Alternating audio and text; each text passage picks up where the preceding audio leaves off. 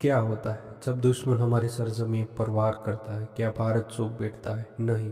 यह है उस वीरता की कहानी जब भारतीय सेना ने म्यांमार की सीमा पार कर आतंकवादियों को उनकी ही जमीन पर ध्वस्त कर दिया। 2015 का यह विशेष सैन्य अभियान भारत की ताकत, रणनीति और हौसले की मिसाल बना। लेकिन रुको, अगर आप सच में देशभक्त हैं और इस वीरता की कहानी को जानना चाहते हैं तो वीडियो को पूरा देखें। अगर आपको इसे स्किप किया तो आप इस ऐतिहासिक पल को मिस कर देंगे। और हाँ, चैनल को सब्सक्राइब करें, वीडियो को लाइक करें और बेल आइकन जरूर दबाएं ताकि ऐसी तेज देशभक्ति से भरी कहानी आप तक सबसे पहले पहुंचे। 4 जून 2015 की सुबह मणिपुर के चंदेल जिले में भारतीय सेना के सर डोगरा रेजिमेंट का काफिला एक दुर्गम रास्ते से गुजर रहा था। सैनिकों को इस बात का अंदाजा नहीं था कि उनकी हर हरकत पर नजर रखी जा रही थी। अचानक एक भीषण धमाका हुआ। चारों तरफ गोलियों की बौछार होने लगी। उग्रवादियों ने घात लगाकर हमला किया था। सेना के जवानों ने बहादुरी से मुकाबला किया, लेकिन यह हमला इतना घातक था कि 18 जवान शहीद हो गए और कई घायल हो गए। हमले के पीछे उग्रवादी संगठन NSCN के और अन्य अलगाववादी गुटों का हाथ था। आतंकवादियों ने पहले से ही इलाके में घातक योजना बना रखी थी।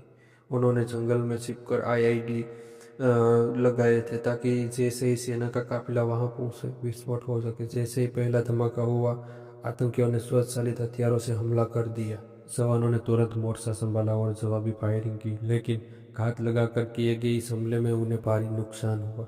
सेना के कई वाहन क्षतिग्रस्त हो गए और घायलों को तत्काल चिकित्सा सहायता देने की आवश्यकता थी। यह हमला भारतीय सेना के इतिहास में एक काले दिन के रूप में दर्ज हुआ, जिसने पूरे देश को झकझोर कर दिया। यह खबर सेना मुख्यालय तक पहुंची और पूरे देश में आक्रोश की लहर दौड़ गई। अब समय आ गया था कि इस कायरन हमले का मुंह तोड़ जवाब दिया जाए। हमले की खबर फैलते ही पूरे देश में आक्रोश की लहर दौड़ गई। दिल्ली में प्रधानमंत्री नरेंद्र मोदी, राष्ट्रीय सुरक्षा सलाहकार अजित डोभाल और सेना प्रमुख के साथ उच्च स्तरीय बैठक हुई। इस बैठक में ऑपरेशन की रणनीति पर चर्चा की गई और फैसला लिया गया कि हम चुप नहीं बैठेंगे। अब दुश्मनों को सबक सिखाना होगा। सेना की पूरी छूट दे दी गई और 21 पैरा स्पेशल फोर्स का इस मिशन के लिए चुना गया।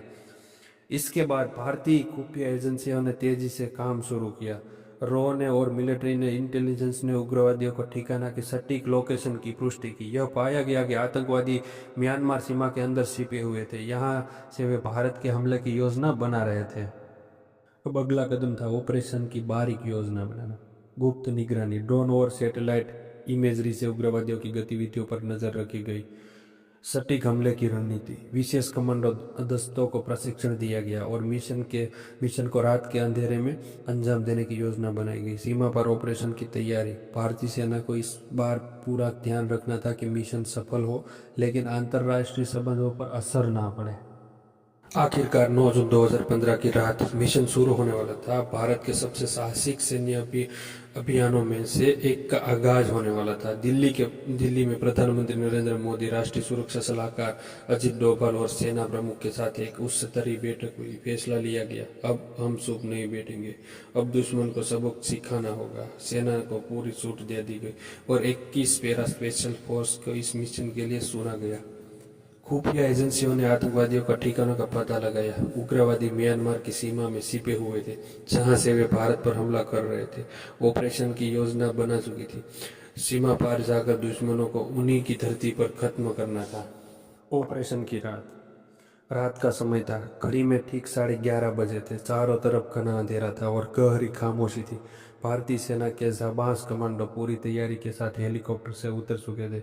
जंगलों में उनकी हर एक हरकत बेहद सावधानी से की जा रही थी।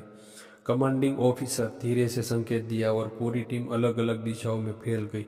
उग्रवादियों के ठिकानों की दूरी अब मात्र कुछ 100 मीटर ही थी। हर सैनिक के हाथ ट्रिगर पर था। सांस तेज हो रही थी, लेकिन हौसले अडिग थे। तभी रेडियो पर संदेश आया, टारगेट कंफर्म, ऑपरेशन शुरू करें। इसी के साथ भारतीय कमांडो ने बिजली की तेजी से उग्रवादियों के ठिकानों पर टूट पड़े। गोलियों की गूंज से जंगल हिल उठा। कुछ ही मिनटों में उग्रवादियों बौखला गए और भारतीय सेना ने एक के बाद एक ठिकाने को ध्वस्त कर दिया। 40 से 50 उग्रवादी मारे गए। उनके सारे ठिकाने तबाह कर दिए गए। भारतीय कमांडो पूरी सतर्कता के साथ ऑपरेशन को अंजाम दे रहे थे और सबसे बड़ी सफलता यह थी कि एक भारतीय जवान को नुकसान नहीं पहुंचा। करीब 45 मिनट बाद ऑपरेशन पूरा हो चुका था। कमांडिंग ऑफिसर ने रेडियो पर संदेश दिया, मिशन सक्सेसफुल, टीम सेफ, और इसी के साथ भारतीय सेना ने एक ऐतिहासिक सैन्य ऑपरेशन को सफलतापूर्वक अंजाम दिया। जब ऑपरेशन सफलतापूर्वक खत्म हुआ तो पूरे देश में गर्व और उत्साह की लहर दौड़ गई। सेना के इस साहसिक कदम ने यह साबित कर दिया कि भारत अपने सैनिकों की शहादत का बदला लेने के लिए सीमाओं से बंद कर नहीं रहेगा। सरकार ने सेना की वीरता की सराहना की और पूरे देश ने शहीद जवानों को श्रद्धांजलि अर्पित की। भारत में विभिन्न शहरों में लोगों ने मोमबत्ती जलाकर शहीदों को नमन किया और सेना के इस साहसिक कार्य पर गर्व व्यक्त किया। राजनीतिक और रक्षा विशेषज्ञों ने इस भारतीय सैन्य इतिहास का एक निर्णायक मोड़ बताया। अंतर्राष्ट्रीय स्तर पर भी यह ऑपरेशन चर्चा का विषय बना। कई देशों ने भारत के आतंकवाद के खिलाफ इस दृढ़ नीति की सराहना की, जबकि कुछ पड़ोसी देशों ने इस क्षेत्रीय स्थिरता के लिए एक महत्वपूर्ण कदम माना।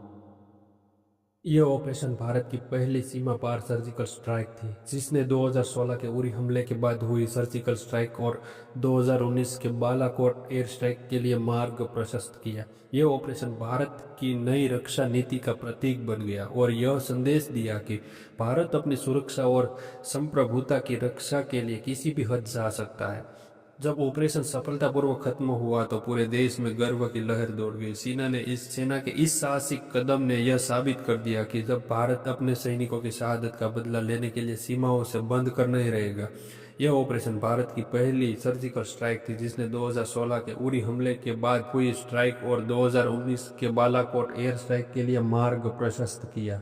म्यांमार ऑपरेशन सिर्फ एक सैन्य अभियान नहीं था, यह भारत की बदलती सैन्य नीति का प्रतीक था। यह ऑपरेशन भारत की सेना के अद्वितीय साहस, रणनीतिक क्षमता और तेजी से प्रतिक्रिया देने की योग्यता का प्रमाण था। उन शहीद जवानों की कुर्बानी व्यर्थ नहीं गई, बल्कि इसने भारत की सुरक्षा नीति को एक नया आयाम दिया।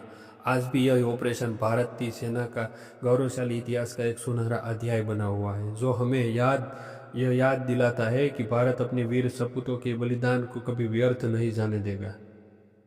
अगर आपको यह कहानी प्रेरणादायक लगी तो वीडियो को लाइक करें, अपने दोस्तों के साथ शेयर करें और हमारे चैनल को सब्सक्राइब करें। बेल आइकन दबाना ना भूलें ताकि आपको ऐसी देशभक्ति से भरी कहानियाँ सबसे पहले मिलती रहे। जय हिंद, जय भारत।